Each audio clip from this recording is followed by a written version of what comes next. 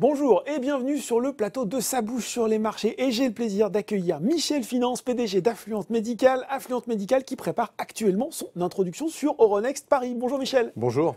Alors, quelques mots sur Affluente Médicale, MedTech, spécialisée dans les prothèses médicales pour différentes indications, notamment dans le domaine de l'incontinence urinaire, mais on verra que ce n'est pas du tout la seule spécialité. Fruit du regroupement de plusieurs sociétés en 2018, peut-être tout simplement pour commencer, est-ce que vous pouvez nous expliquer le positionnement d'Affluente Médicale, les produits que vous développez, ainsi que les étapes qui ont été franchies justement depuis ce regroupement en 2018 ? Alors, nous avons effectivement une activité purement dans le dispositif médical. Nous ne sommes pas dans la biotechnologie, purement des dispositifs médicaux. Et nous avons deux franchises, en fait. Une dans l'urologie. Donc, nous développons un produit qui s'appelle Artus, qui est un sphincter artificiel pour l'incontinence urinaire. Alors, pour vous donner une idée, l'incontinence urinaire, 400 millions de personnes dans le monde qui en souffrent. Un autre chiffre intéressant, les couches qui restent le traitement malheureusement essentiel pour traiter, 29 milliards de dollars de ventes annuelles de couches pour adultes. C'est beaucoup plus que pour les enfants. Donc un marché important et nous, un produit qu'on a développé pour qu'il soit à la fois facile à utiliser par le patient. Donc c'est un système de télécommande. C'est-à-dire qu'il y a un anneau qui est autour de l'urètre et le patient a une télécommande qui l'ouvre et qui ferme quand il a besoin d'uriner. Donc très facile à utiliser. Et deuxièmement, une autre chose importante, on cherche toujours à développer des produits qui soient faciles à implanter pour l'urologue. Et donc là, on a un produit qui s'implante en celluloscopie. C'est ce qu'on appelle le mini-invasif, c'est ça ? C'est du mini-invasif parce qu'on n'a pas une opération à cœur ouvert qui vous laisse une entaille de 20-30 cm. On fait une petite celluloscopie de quelques centimètres, juste ce qu'il faut pour passer l'implant. Et ça peut se faire à la main ou ça peut se faire en robotique. Et ça prend environ 30 minutes. Et c'est adapté, personnalisable. Le médecin peut régler la pression, les temps d'ouverture, de fermeture. Et c'est réglé, personnalisé en fonction du mode de vie du patient. Donc, gros marché estimé environ 4 milliards de dollars annuels dans les années à venir. Donc, un gros besoin, un seul produit sur le marché ancien. Et donc, un vrai besoin de révolutionner pour quelque chose qui est la qualité de vie, mais qui va plus loin que ça. C'est une rupture de lien social.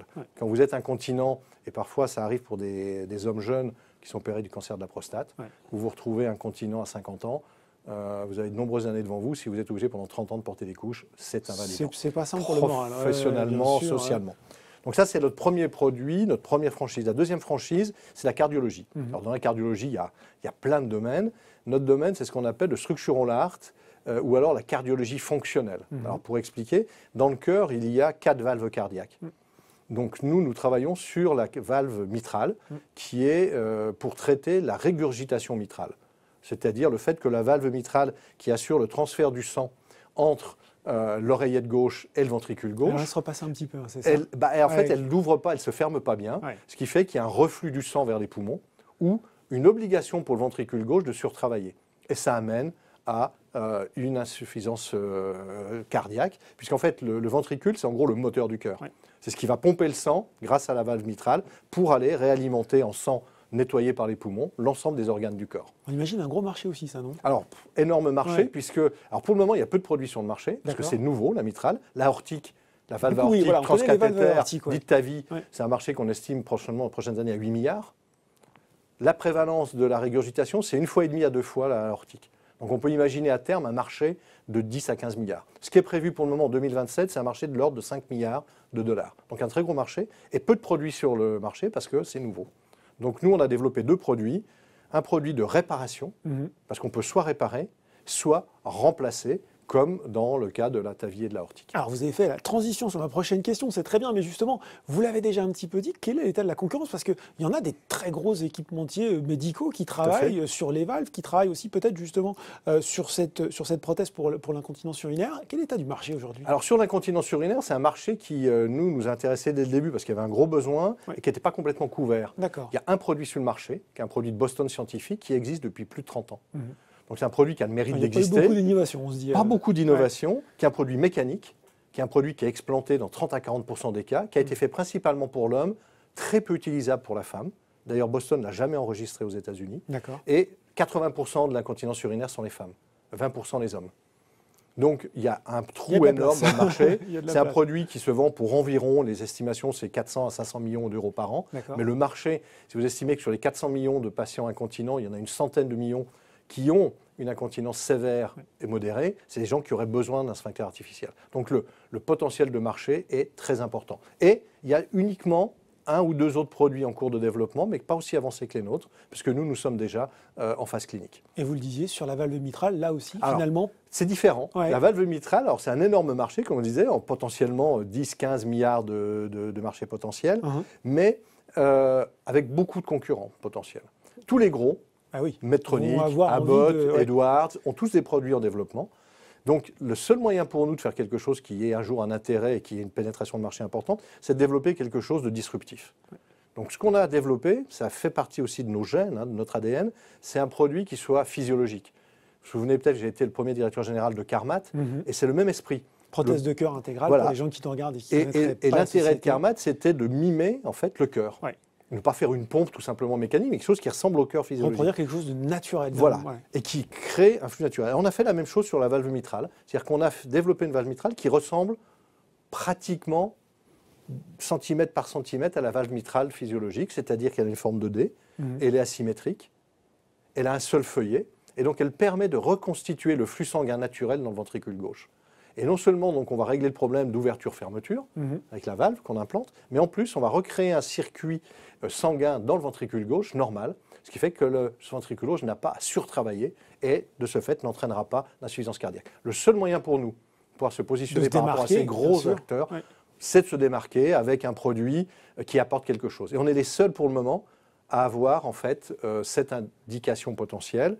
Il y a eu d'ailleurs en même temps qu'on a publié le lancement de l'introduction en bourse, on a publié un communiqué de presse sur une publication dans le journal de chirurgie thoracique, un des plus gros journaux, et dans lequel c'est la présentation des résultats précliniques qui démontrent et qui confirment en fait cet intérêt spécifique du vortex, la circulation sanguine dans le ventricule gauche. Alors, vous faites les transitions, c'est formidable, Michel Fiance, puisqu'on va maintenant parler de cette introduction en bourse qui se déroule du 27 mai au 8 juin pour une levée de fonds d'environ 33 millions d'euros, avec déjà des engagements de souscription reçus à hauteur de 20 millions, une fourchette indicative du prix de l'offre entre 7,40 € et 9,80 € par action. C'est la question incontournable de sa bouche sur les marchés. Qu'est-ce que vous allez faire des capitaux levés? Quelle est aujourd'hui la situation d'Affluent Médical au moment où on se parle? Et finalement, quel horizon financier va vous donner cette opération? Alors, tout va dépendre. 3 questions en une. Tout va dépendre de la levée de fonds, puisqu'en fait, les 33 millions, c'est la levée de fonds envisagée avec le prix médian, donc les 8,60 €. On peut aller avec les surallocations extensions jusqu'à 46 et voire jusqu'à 50 millions si on se place en haute fourchette du. Alors, soyons raisonnables. Alors, disons entre 35 et 45 environ. Ça va nous permettre de faire deux choses principalement. La première, de financer nos études cliniques, puisque tous nos produits sont actuellement en phase clinique. Et ça, c'est pour ça qu'on a décidé d'introduire la société en bourse. On est arrivé à un stade où tout est en clinique, tout l'après-clinique est fini. Et on est, pour le produit Calios, l'anneau ajustable, on est à moins de 2 ans du marché. Pour Artus, on est à 2 ans et demi du marché. Et pour la valve Epigon, c'est un peu plus long, on estime 3 à 4 ans du marché. Donc on a besoin de fonds à la fois pour finir les études cliniques et préparer l'accès au marché. Parce que dans le dispositif médical, il y a un point essentiel, et j'insiste toujours avec mes équipes, le marquage CE, c'est une étape indispensable, mais ce n'est que le début. Et il faut se préparer à pouvoir commercialiser les produits. C'est pour ça qu'on a recruté un certain nombre de personnes qui ont cette expérience et qu'on a besoin sur les fonds levés, toujours sur le milieu de fourchette, on estime que 40% pour aller à la clinique, 20-25% parce qu'on continue à améliorer en R&D nos produits, et plus de 20% à la préparation du lancement, de l'accès au marché. Et ça, c'est fondamentalement important parce qu'il faut se préparer 1 an à 18 mois avant le lancement. Donc, c'est développement des équipes commerciales, c'est ça Totalement. Alors, on a quand même une approche bien spécifique. Vous avez parlé tout à l'heure des gros acteurs. Oui, parce que c'est un marché aussi... avec des gros, des gens qui ont des énormes moyens. Exactement, qui ont des grosses forces commerciales aussi. Et puis des équipes commerciales énormes. Alors, on est sur des marchés quand même, entre guillemets, moi j'appellerais de niche, très spécialisés.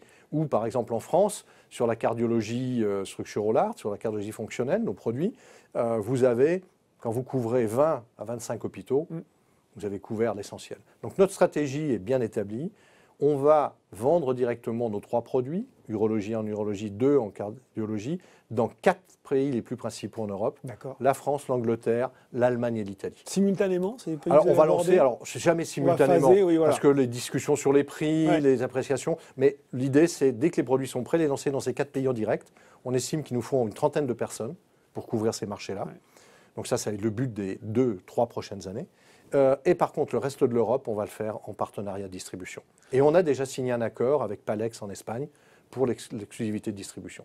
Les États-Unis, comme on va également parce que c'est le marché sur lequel vous allez forcément être attendu. Il faut aller aux États-Unis. Donc nous avons décidé de faire nous-mêmes les études cliniques pour l'enregistrement auprès de la FDA. Par contre, nous passerons des partenariats pour la commercialisation. D'accord. Parce que imaginez, une société actuellement de 54 personnes, on sera peut-être 80 dans 3-4 ans, aller se combattre les gros acteurs qui sont tous américains. C'est là où on loupe le virage, un petit peu. Sur leur terrain. Oui. Il faut pas être fou, il faut être raisonnable. Donc, et surtout quand vous avez à discuter avec les mutuelles privées qui sont les managed care. Si vous n'avez qu'un produit ou deux produits à leur présenter, votre force de négociation est faible. Alors que si vous partnerisez avec quelqu'un qui est déjà établi, un des gros ou un moyen, ils ont cette puissance et ils vont pouvoir nous permettre d'aller plus vite, plus efficacement sur le marché américain. On a brossé déjà l'horizon à 2-3 ans d'affluent médical. Est-ce qu'on peut donner plus pragmatiquement peut-être les prochains rendez-vous après cette introduction qui vont venir pour les investisseurs qui vont choisir de vous accompagner dans cette aventure? Alors c'est très important, hein. Le news flow post-IPO. Oui, parce qu'après on se dit voilà, j'ai souscrit, puis je ne vois plus rien venir, je m'inquiète.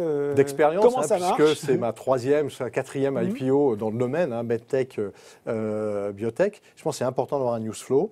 Alors nous avons, de par ces 3 produits en phase clinique, pour 2 produits en phase clinique en Europe et aux États-Unis, des news très importantes, un nombre d'informations, d'avancées cliniques, en même temps des lancements. Donc si on se met dans les 18 mois, on a listé dans notre slide deck de réunion investisseurs, on a pratiquement 25 à 30 informations importantes sur l'avancée des cliniques, sur l'autorisation des cliniques, sur l'ajout d'un certain nombre de centres, sur le résultat intérimaire des cliniques, sur le marquage CE en 2022 du premier produit Kalios, sur l'autorisation aux États-Unis par exemple. Et puis, si on prend vraiment à court terme, ce qu'on attend, on a obtenu l'autorisation pour implanter la valve épigon chez l'homme dans 3 pays, en Autriche, en Italie, en Espagne, et on est en train de sélectionner les premiers patients.